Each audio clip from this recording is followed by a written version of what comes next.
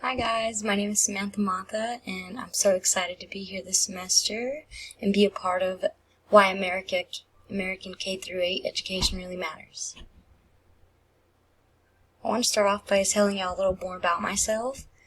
I am a transfer student from South Plains College. This is my first year at Texas Tech, and it's been really good. I've loved the campus. It's so huge, and I'm excited to be a Red Raider. Go to football games. The reason I'm here at Texas Tech is because I'm an education major, and the subject I'll be teaching is a 4 through 8 mathematics. I chose to become an educator because I do believe I can make an impact. I have 2 cats. I enjoy EDM music. I like playing Pokemon Go. I love to go hiking. Just a little more facts about me. And I want to show y'all guys some pictures too.